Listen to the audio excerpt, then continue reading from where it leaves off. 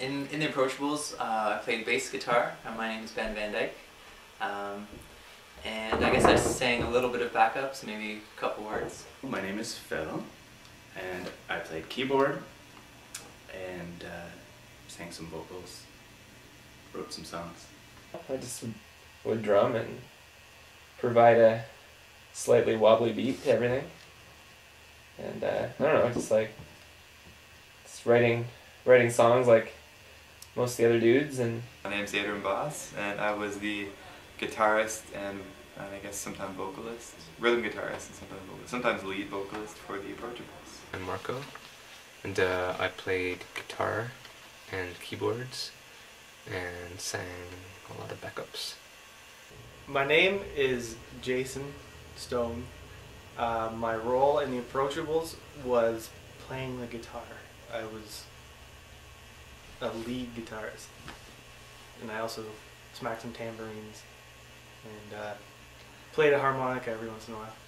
I'm partially responsible for bringing the Approachables together. I'd like to take credit for at least a little bit of that. Basically, my earliest memory of meeting anyone from the Approachables would be when I met Adrian. And I met him on the first day of Frosh Week at the University of Waterloo. And we were in the same, I don't know, they put the kids together in groups so that they meet people on the first day and they have someone to hang out with for the next week while they're acclimatizing to the university experience. And he was in my group. So I met him because when I went in, they made you introduce yourself, and I said, "My name is Ben." And then they said, "Tell us one thing about you." And I said, "And my favorite band is Eric's Trip." And then Adrian came in late, as usual, about 10 minutes later, and he was wearing an Eric's Trip shirt. And so they were all like, "Whoa!" And they made him sit next to me. And so that's how we met, and we started talking music right away, and we hit it off pretty well. And then about an hour later, same day, same Frosh kind of event, we met the other teams that were also from the general arts section of the university. And there was another kid who was looking like he was trying to enjoy himself but was not succeeding.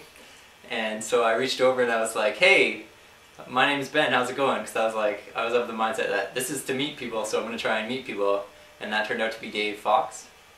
And so from there, I brought myself and Adrian to Dave, and then Dave brought Jason and Marco, and we eventually met Phil, I guess, a year later as well. I remember coming up from, I used to work at my mom's store, the Treasure Quest, and I remember driving up Saturday nights in the dark in the winter on the icy roads to come to these jam practices in the dungeon of downtown Kitchener.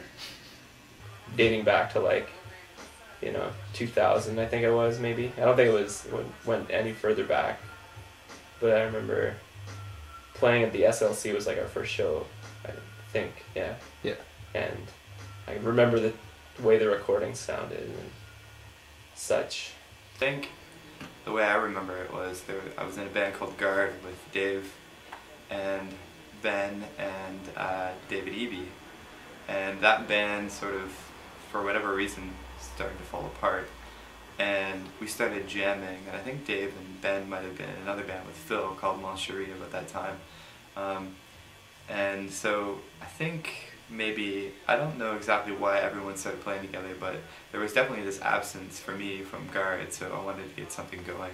My first real memories, I guess, are just random memories of playing in living rooms. Jason brought over his crazy, fangled, actually good guitar as opposed to the crappy acoustic I had, and that day I think we decided to be rock and roll stars or something, and we went into the basement and pressed record on a ghetto blaster and wrote 3 songs in an hour. I think that's when it dawned on at least the 3 of us that music was fun. Well, I guess Marco and Dave would be the first people I knew. We started playing music with each other, calling ourselves Little Girl, and starting to write songs with each other that way. I remember at Dave, our drummer's parents' house, they had a couple beat-up guitars they got from garage sales and things that I managed to tune and jam away on. But of course, jamming with all the members of the Approachables, I think, quickly followed thereafter. Blue skies are coming, blue skies.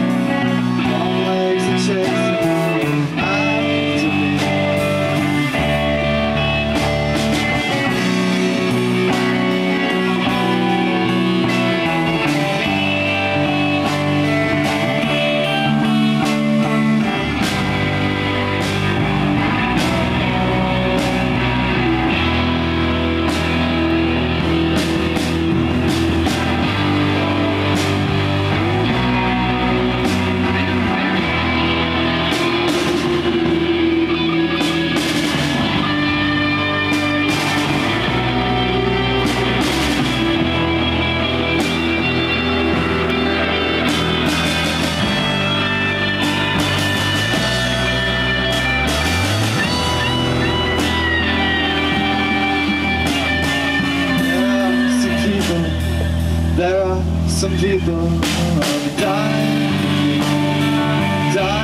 to me. There are some people dying to me, trying to make the clouds mean business. Open the show, put on the jacket and raise the leaf. Sit on the rooftop, sit on the rooftop and count sheep.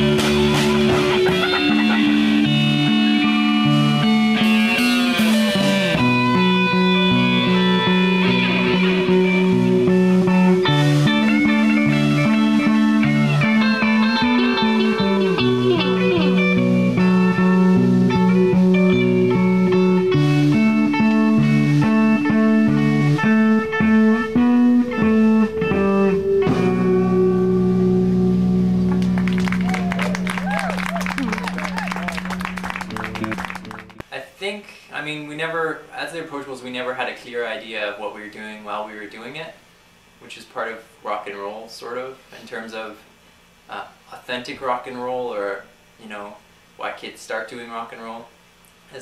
Basically, we got together to play some music and write some songs, and I mean, that's what we were doing. We weren't really thinking about making any money, and we were definitely losing money.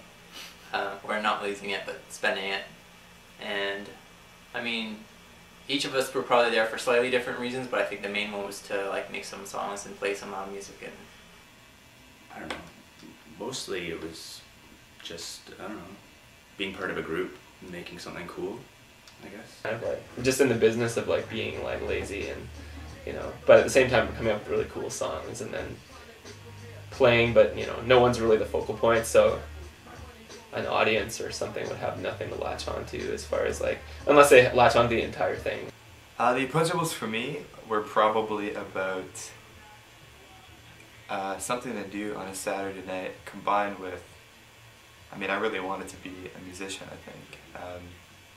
There was probably a lot of my identity tied up with that band because there wasn't much going on other than the band, because I spent so much time focusing on the band and spending time with the other 5 Approachables, so it meant a lot actually for those 3 or 4 years. In the back of my mind I thought too, at some point this might become a career, so there was that hope.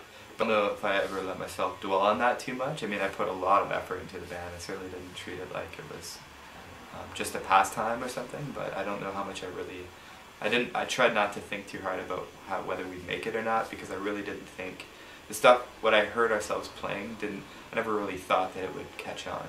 Like, it just seemed to be for us. I think it probably shifted over time. I think in the beginning probably we're all just on an adrenaline rush for quite some time. It was just fun.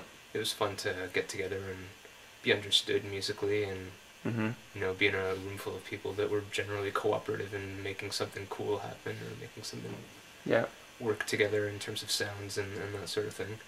I think maybe halfway through we got a little bit more serious, and that probably corresponds with the time where we ended up picking a name and that sort of thing. Maybe I probably can't speak for other people, but I know that for me anyway, aside from like enjoying the process generally, I think that I always had a bit of like latent desire to be a bit of a public figure or something like that, or at least have like the group be a bit of a public figure or something like that. Even if it was just in the area, I would have felt really happy if we could have made some ground in terms of you know, being known.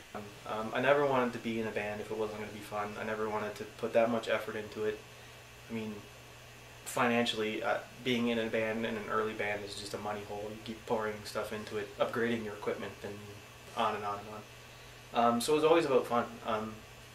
Being creative and having an excuse to, you know, hang out with your friends in a different environment, that was always what was really important to me. I think it still is about that for me now, because I was never really concerned with any kind of success. I never cared necessarily if we played in front of people or not. That was never my big thing. I just like to work and refine and play that way and be creative and just have it. And the more of it that you have was always a big thing with me. I like, you know, the song creation process, like coming up with a new bit or coming up with a riff or practicing a solo or beat, whatever it be. The ultimate performance was never that important unless that was going to be fun too, and it definitely was in all the cases.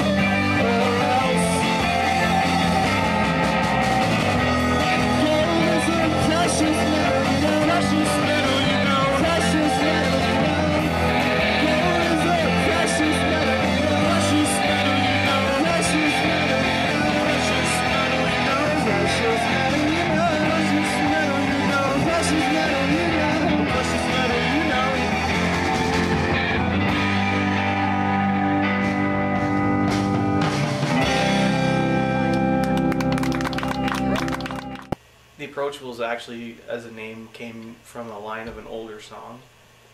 But I remember there being a vote for names, and that was just sort of the one people were indifferent enough about to agree on.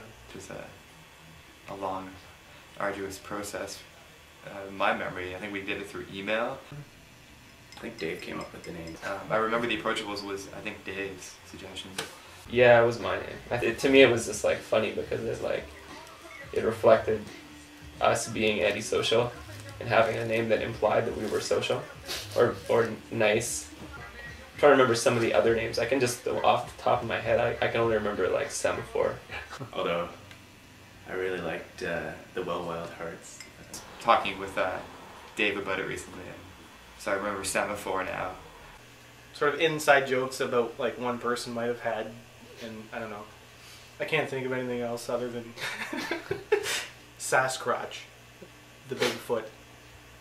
But there were very few songs that I could say they were about something on the surface. We wrote collaboratively.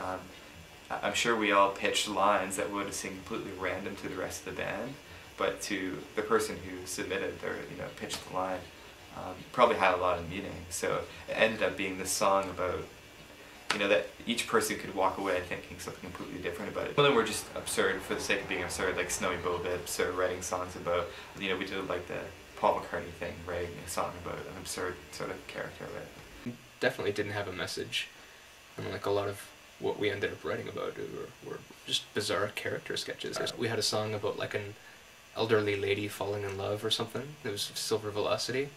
There was Apple Betty about like some wandering farm girl with a locust cloak, and we had Le Shark, which was about a rich bastard guy that was like running around trying to get girls in his SUV. I always thought the characters in these songs were the Approachables, and the band was just performing their, you know, kind of stories. The funny thing is, like, I'm pretty sure a lot of it wasn't intentional, and I've always found it interesting that like the six of us could collaborate on a lot of those and each like provide segments of those songs, and still like in the end they managed to be coherent in some way. Well, definitely, I think humor was a huge part. I mean, the lyrics were always sort of poetic in a sense that they didn't really have a literal meaning always. I know Dave's sense of humor often came into play in his lyrics, like one of the later songs was about having a spider wrap its fingers around, I think the lyric is the chest, but it started out as wrap your fingers, like a spider wrapping its fingers around my cock or something. And that was sort of funny in that Dave would have to make Adrian sing that. So there's always, yeah, a definite, like, the audience is always against you. I mean, it's your goal to win them over, and if you can win them over doing something that they shouldn't be, you know, applauding, then that was always pretty funny and cool. I mean, we used to get Bare Naked Ladies a lot. People would say that we sounded like the Bare Naked Ladies. And I think that was just because they didn't know, that's the only band they could think of that was maybe used humor.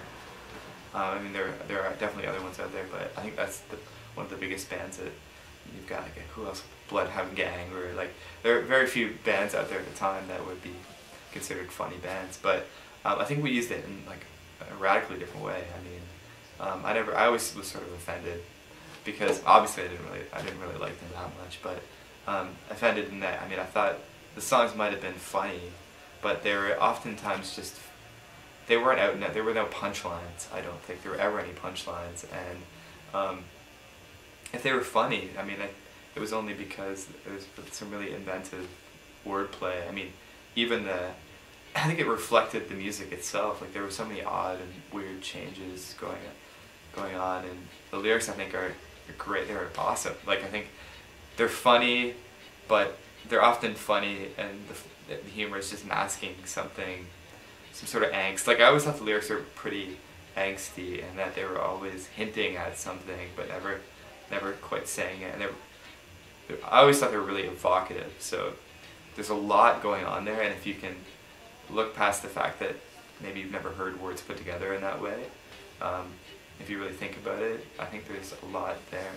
It was great to go and play with the Approachables and write this absurd, happy stuff, and it was sort of a mood regulator in a way. Like, and so there was no desire, I think, on anybody's part, although I'm sure I'm just thinking about myself here, but I don't remember there being a desire to write depressing songs, or to write about love lost, or about maybe real things that were actually happening, because it was sort of an escape. That's my memory of it anyways.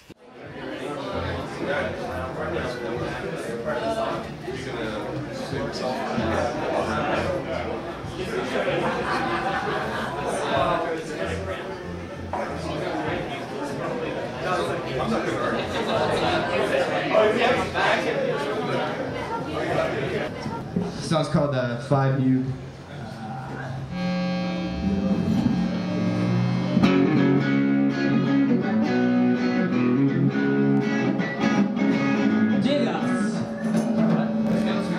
Okay. Alright. Dig us in 5 minutes. Aiden's gonna tune.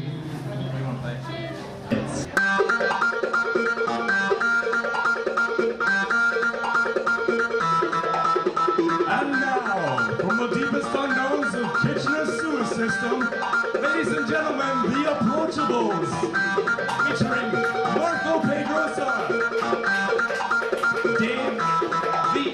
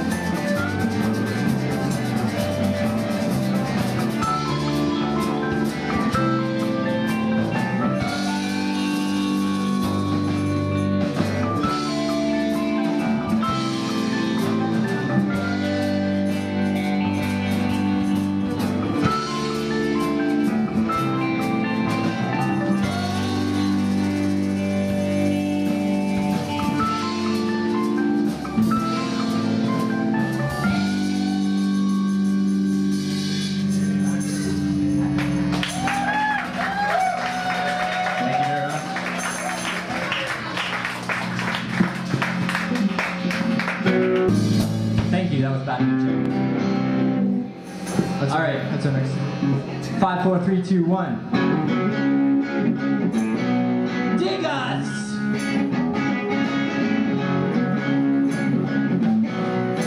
Damnation! We'd like to thank the James's Party for celebrating Ant's 52. Shit, yeah! Us here tonight. Thank you very much. What to do? Oh, shit. Spin a bit of the... Well, she's so nasty, nasty, nasty, yeah. I don't know why I bothered to. I don't know why I bothered to. Hey, gone in the first week. Got nothing to do with me. I got no rent now. Been 2 weeks tomorrow. And I gotta find you. And I gotta find you. And I gotta find you.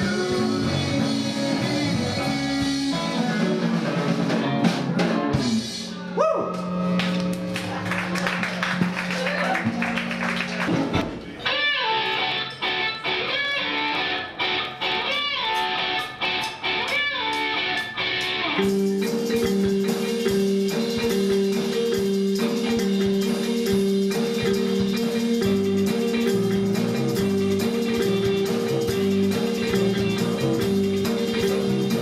I used to work here, I used to live in this way.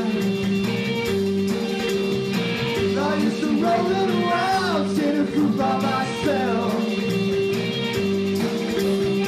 I really wish I could go and not look after you. These heavy dreams are getting up on me. Let's talk about some good streets. Let's talk about some good streets. Let's talk about some good streets. Let's talk about some good streets. Let's talk about some good streets.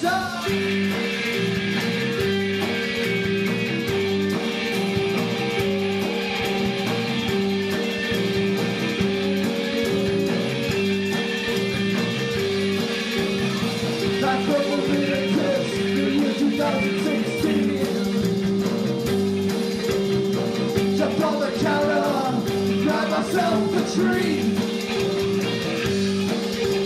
I found a megaphone under a big stone. Now I can talk to the girls that are popping 15. And all we talk about is good streets. Let's talk about some good streets. Let's talk about some good streets. Let's talk about some good streets. Let's talk about some good streets. Let's talk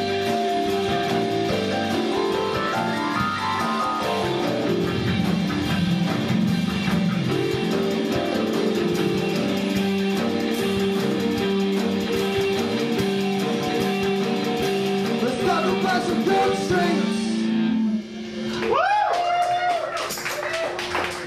Thank you.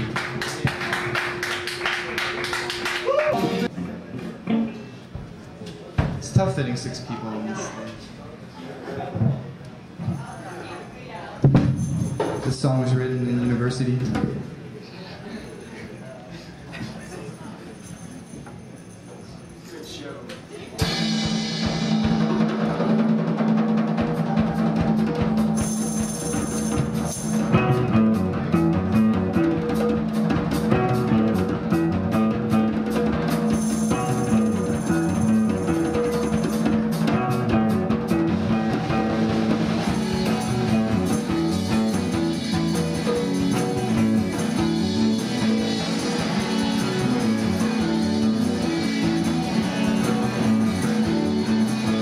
I finished my last exam. I went home for the holiday. Lights in the house were on as I pulled into the driveway. Snowflakes in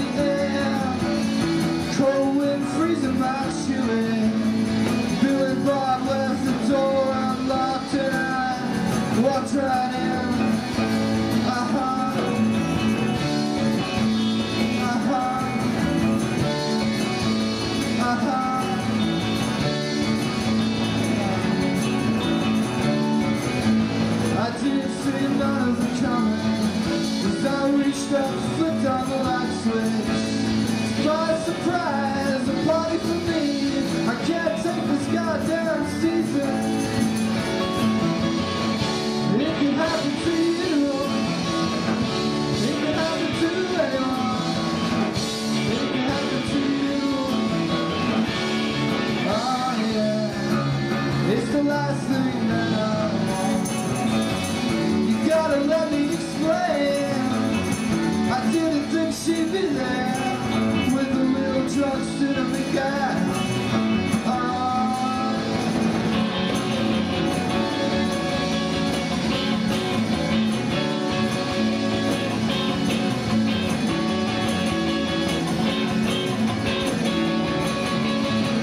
Out the corner of my eye, the shape shifted straight down the step. Before I know it, it was in my arm with a wet lick and a shaking tail. You gotta shake that tail. Come on and shake it. You gotta shake that tail. Oh yeah, it's the last thing that I never hated a dog before.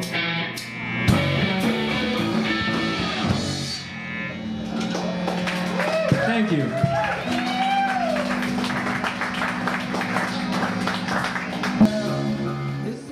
We started off with a pretty good jam space in Dave's parents' basement, for which I assume we have a great debt to his parents still to this day, because we used to play at 11 volume-wise and late at night while they were sleeping.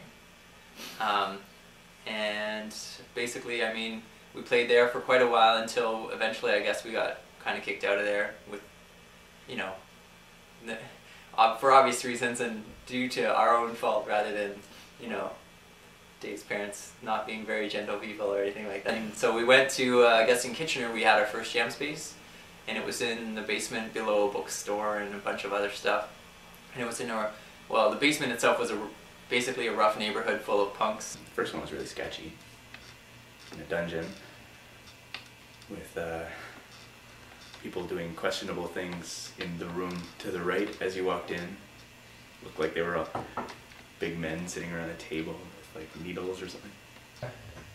The one underneath Second Look was extremely shady. And that one was a bit of a dive. If you can imagine, you know, some kind of strange, wet, dripping dungeon of some kind, that would kind of be like what this was. I think our jam space was right by the toilet, and it was small and it was stinky and... It's a very small room that heated up really fast. And then we moved to a slightly bigger room, and you know, a lot of stuff happened there. We would have great jams where you know, we let stuff happen. So if someone came by and they started rapping into our mics while we were playing, we just like went with it. The booyah, that's what I call it. It's like the like hour and a half of them, like we jammed and then they would rap, and then at one point they like, I think they like played on my drums and they might have cracked a cymbal maybe, or broke sticks or something, and you know, they were just like kind of really rowdy, and you know, it's almost like I remember we were cool with them, like we were cool with that whole experience, and I actually thought it was really fun, and like it did something for me, but then like it's one of those things where if you're dealing with people that are like slightly mentally disturbed, they like, you know, anything like possibly positive is, you know, not gonna be like there. It's like there might be like a spark of like, hey, this is kind of fun, and then like, you know, things will get out of hand. So that's the way they like them. You know? The people there weren't very live and let live, and so stuff would happen like they would try and lock us into our studio while we were playing once. I didn't love that they wrote fags on our door, but I changed it to the Beegs. I tried to propose it as a band name for our vote, but it was a no-go. And then, you know, the inevitable like getting our shit robbed at some point after we befriended our like, you know, our hip hop brothers that across the hall, you know. Well, I showed up late for band practice. I remember Adrian coming. He met me at the door and he was like, "Bad news, dude."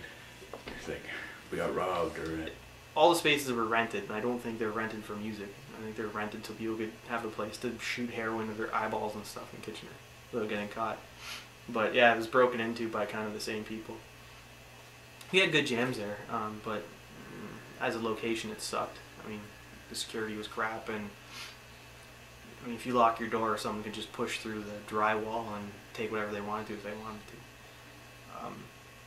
Fortunately, Adrian's amplifier was chained actually to a pipe in that one space. It was my it was bundled up. The cord was wrapped under the handle, and it was between where I left it at the back end of the room and the door. So I don't know whether they were on the way out and they thought they heard us and they dropped it and just ran away with the bag. But that was such a relief. Like, I remember being completely elated that they hadn't stolen it, because I think it would have crippled the band. I don't know. None of us had much cash at that time, and that was, you know, those are definitely, it was definitely a period of time where if somebody had lost an amp, I mean, that would have been it. There was no, if Ben had lost his bass or his amp, there would be no more bass. So calling the police, that whole like debacle of like, you know, who fucking cares? You know, like the police don't care. You know, you're not gonna get your stuff back. Like, luckily, the more expensive stuff had either been chained down or wasn't actually worth that much to anyone else. So we soldiered on, and then finally we went to, I think, the Box Factory. I'm not sure. That was awesome, actually.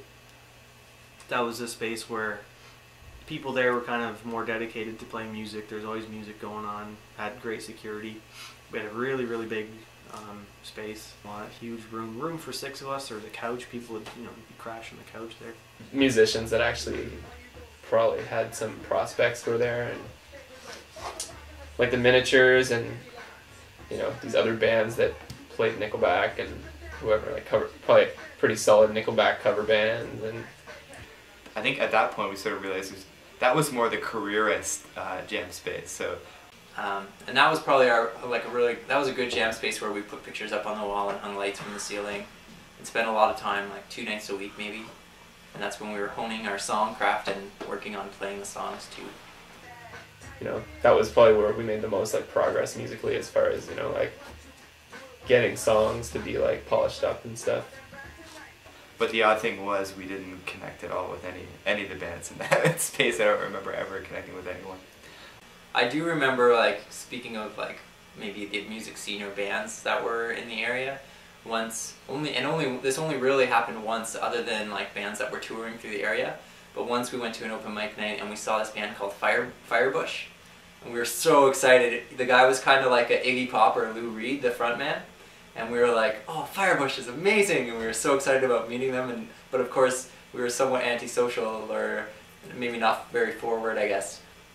And we never met the guy from Firebush or the band, or ever saw them again. So maybe they were like a one-off show, or maybe they stopped going to university, but for like a year or two, Adrian and I would talk about Firebush and how cool it would have been to meet them, and, you know, some musical compatriots or like similar sensibilities out there.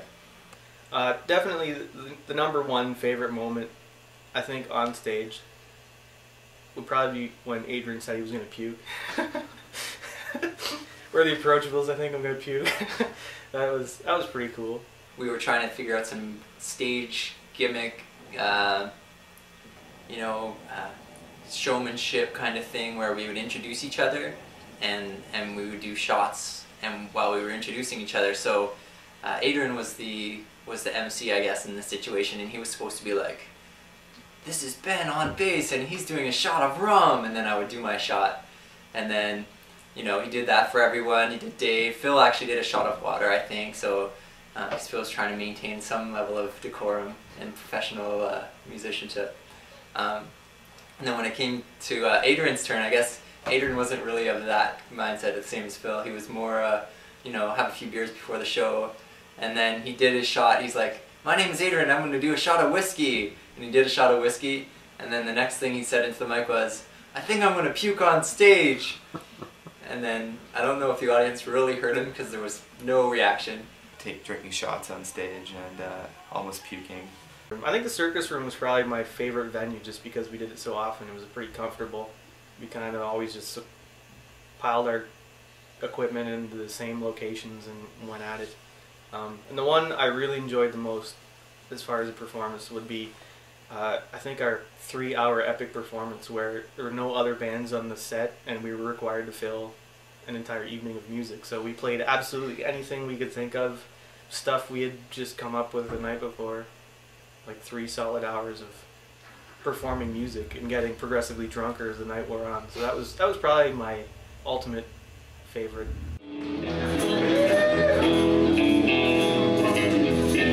Thanks to those who stuck around.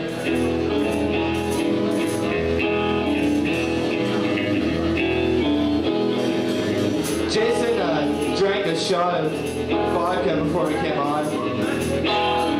Marco was a shot of Dr. A. Bill's gonna drink a shot of water. Dave's gonna drink a shot of beer. I'm gonna drink some whiskey.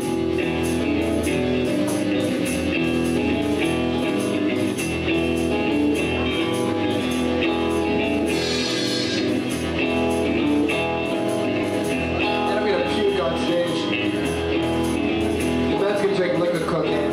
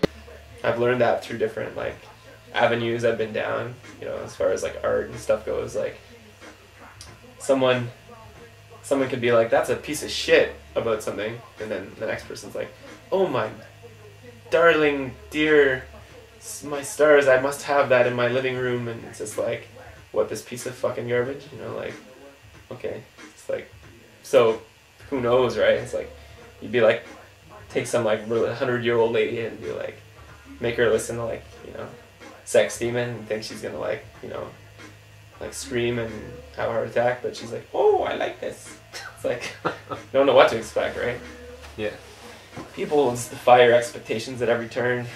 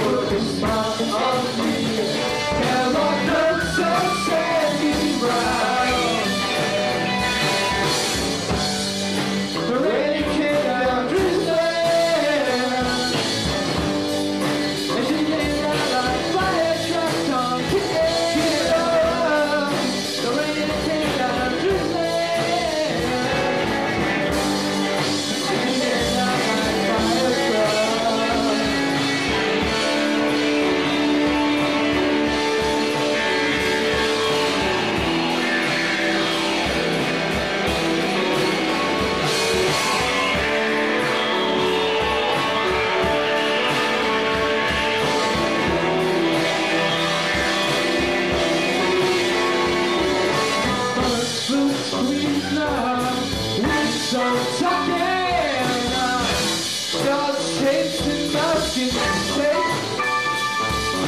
just to turn and keep on walking away. Well, I don't know any better. Birds and bees and barley crawling, but what doesn't want to stay?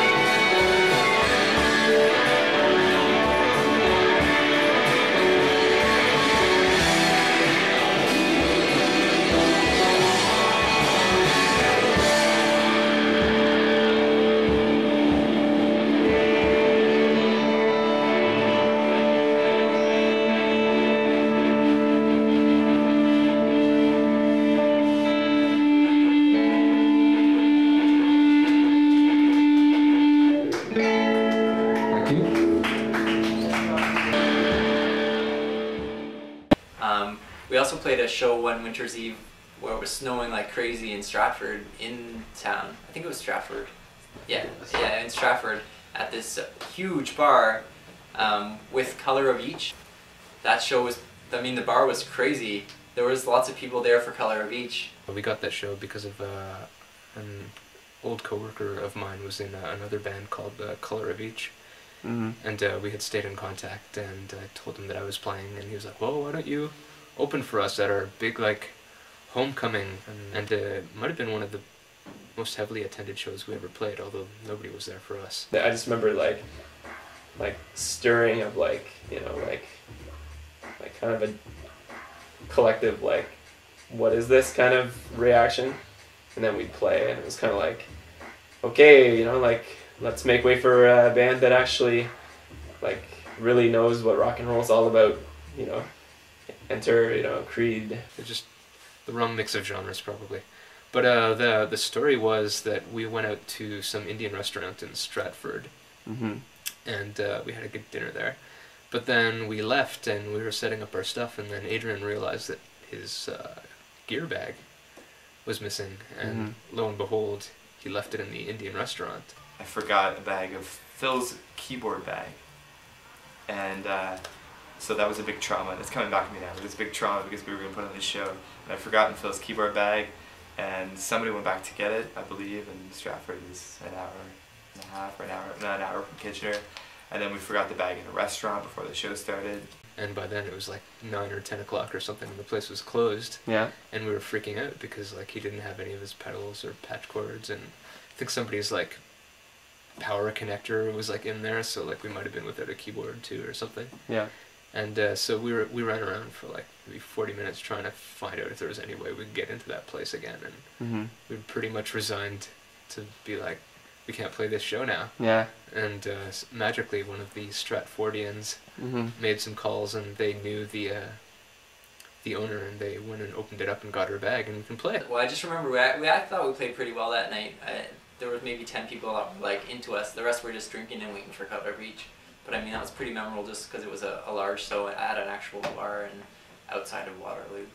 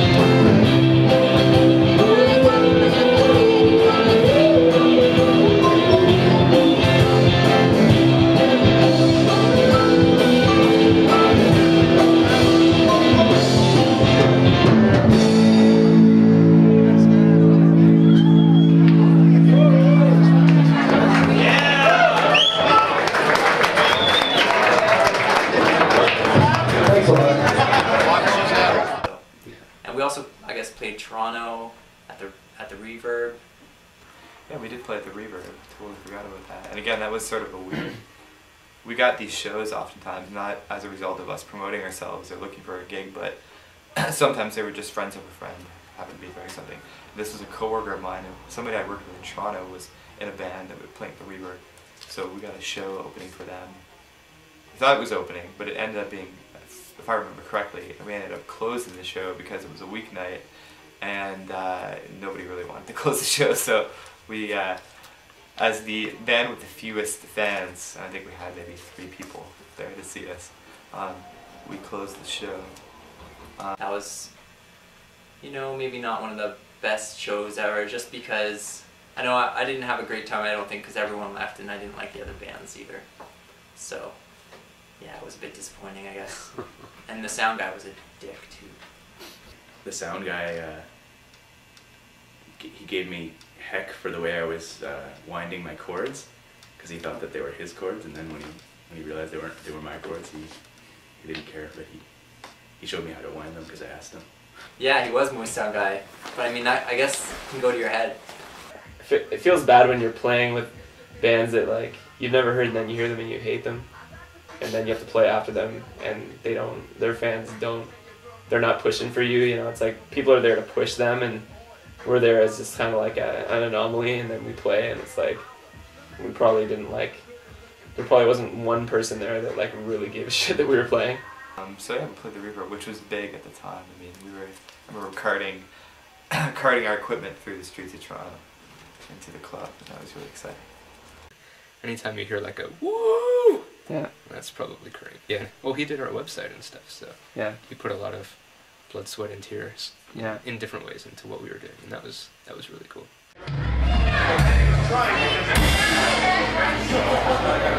Thanks for coming, for the Approachables.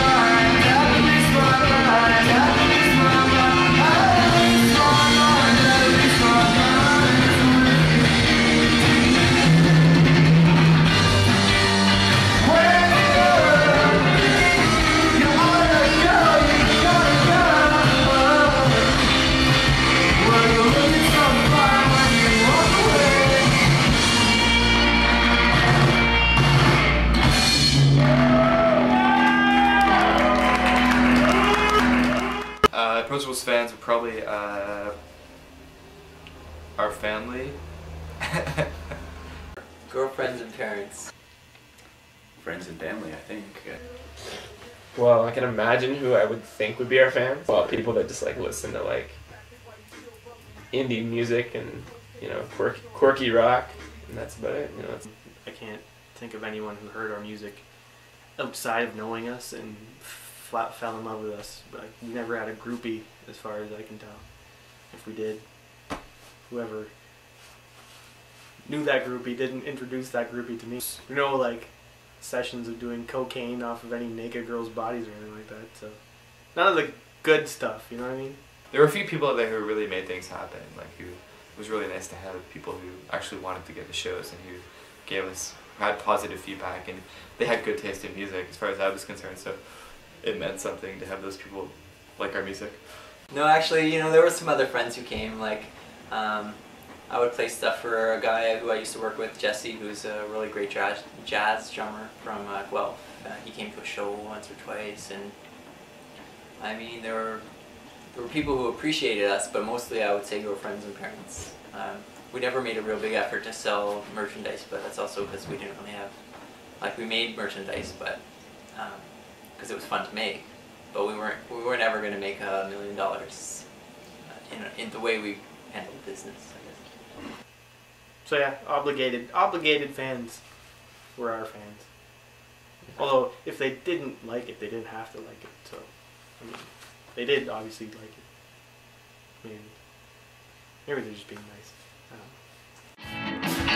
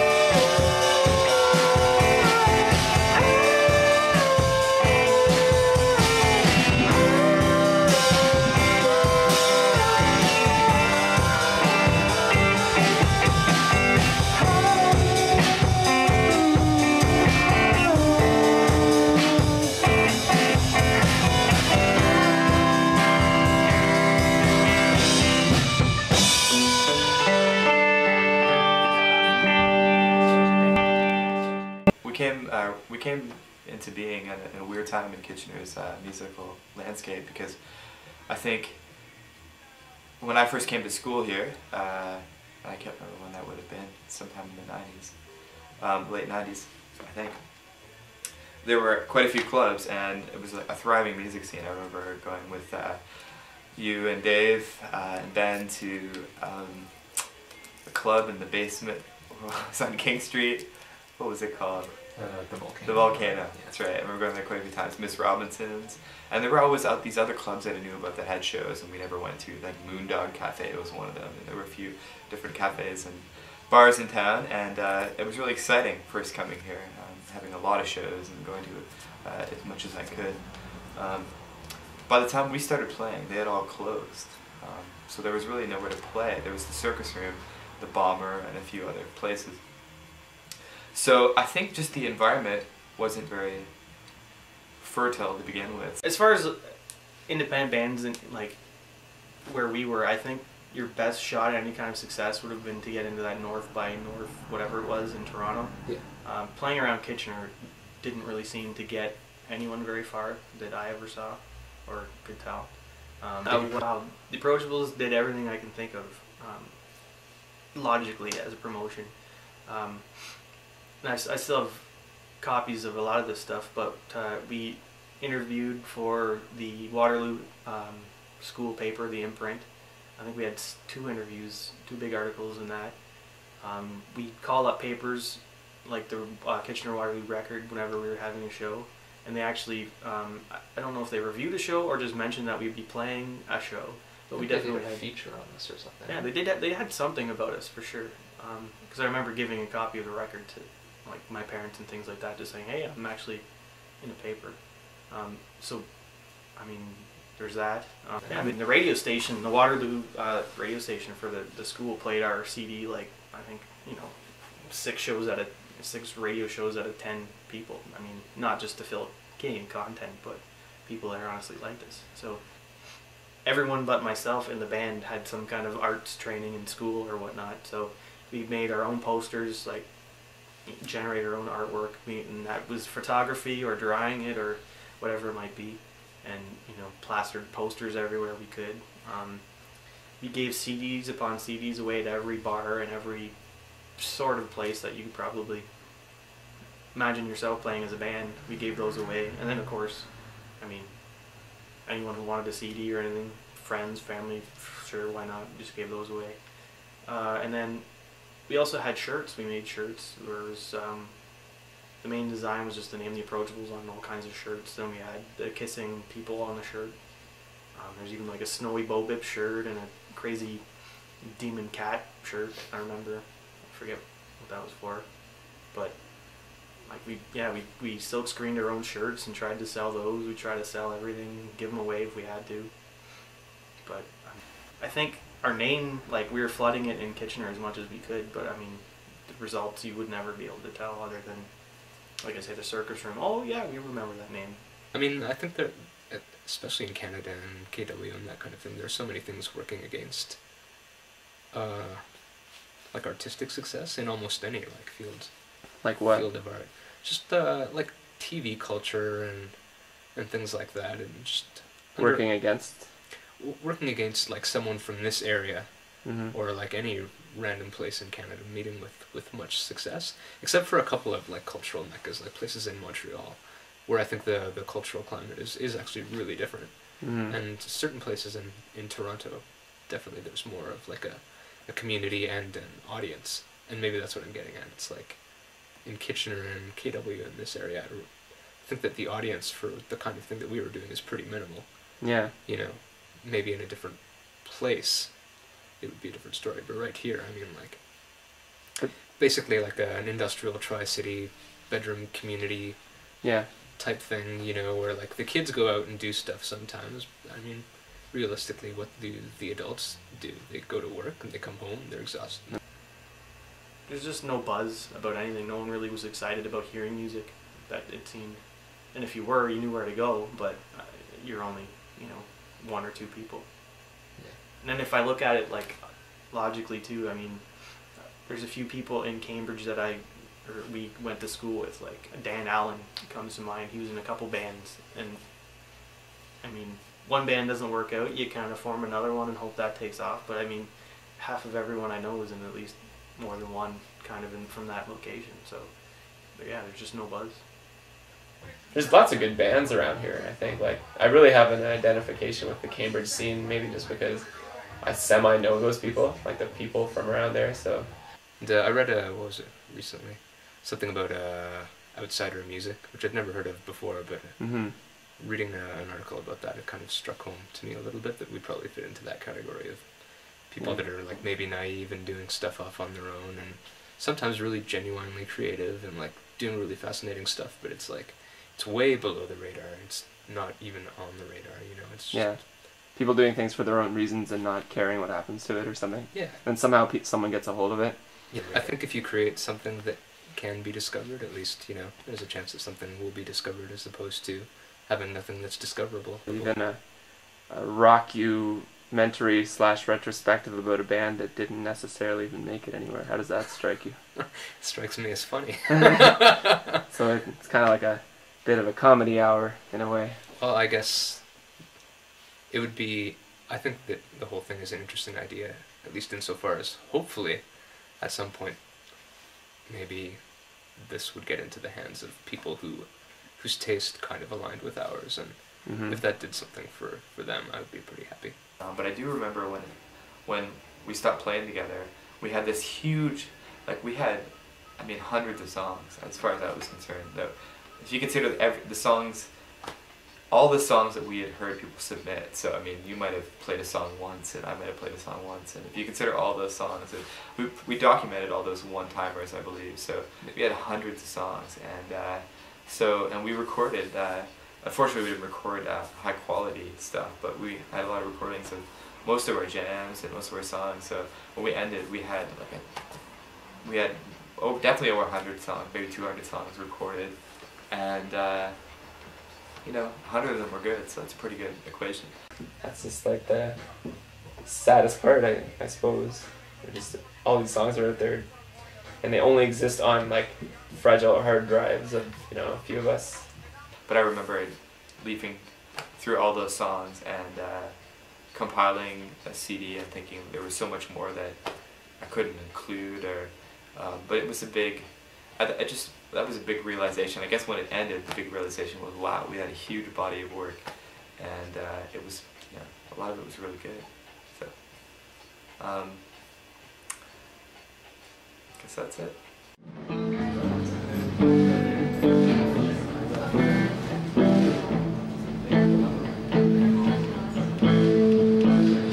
Got the big day on the back of my mind. So sad, it's just a waste of my time. Oh, I know there are some things you can do without. It's been 12 months since I got this disease. Now I'd rather be dead, sing with tears and please. Oh, I can promise you a thing. We say one thing, mean another. Oh, we mean to say it. We're sorry, we're sorry.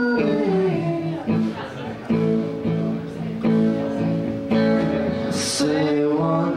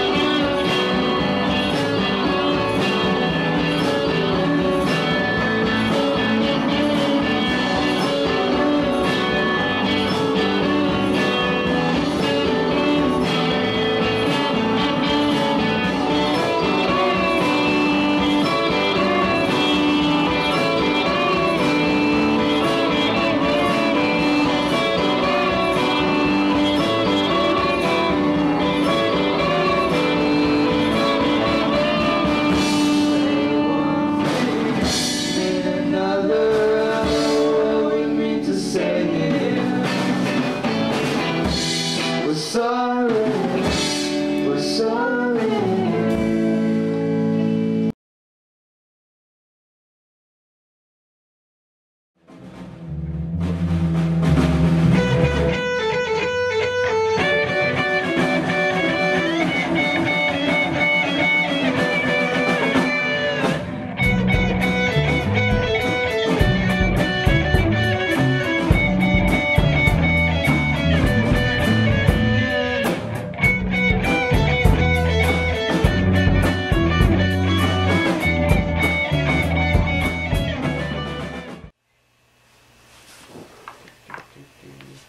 I think as a band we never utilize cats for their inherent musical ability.